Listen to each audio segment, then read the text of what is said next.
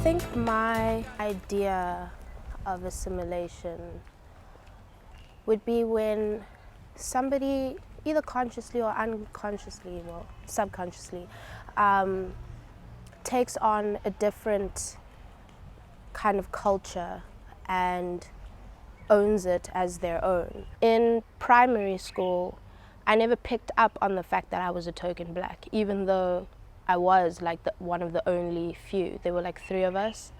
But I never picked up on that vibe until I had moved to Bishop Avon, where I was exposed to more black people.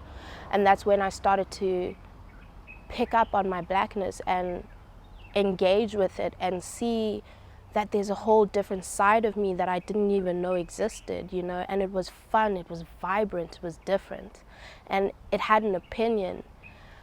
And that's when I went to another school in Cape Town called Bridge House, and that's when things completely changed. And I saw for the first time what I hadn't been seeing my entire life, that I was a token black. On Facebook, for example, you know, when the whole blackface thing happened, I was just so surprised by how my own friends from school were acting.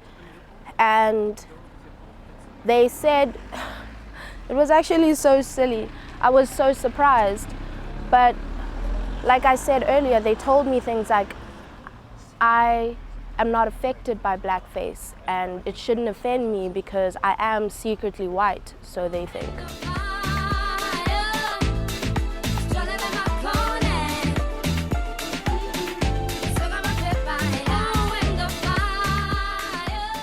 I only know how to speak English because growing up my parents didn't really speak to me in Xhosa or Tswana.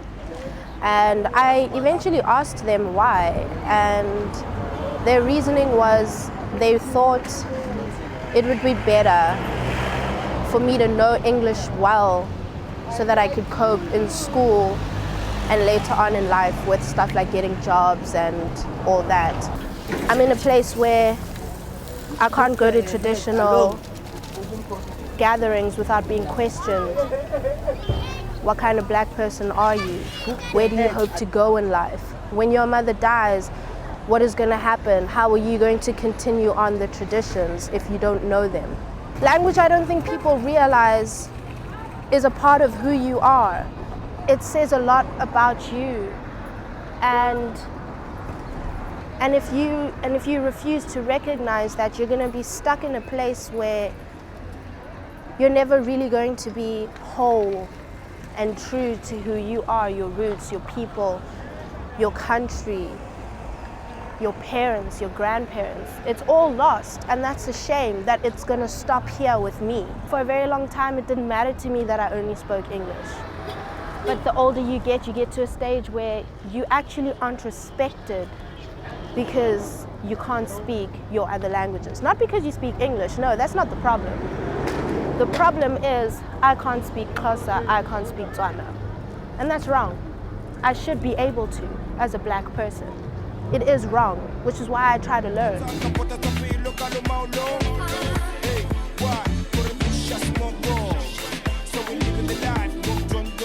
When you think about, you know, like in the next 10, 20 years, it's up to me to arrange, you know, funerals, weddings, and, you know, traditional gatherings with the family. But I won't, for example, know what food to make.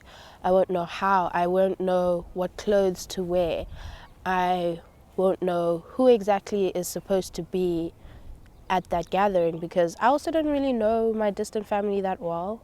I don't know your children. They're not going to know these things. And that eventually leads to a whole culture dying out.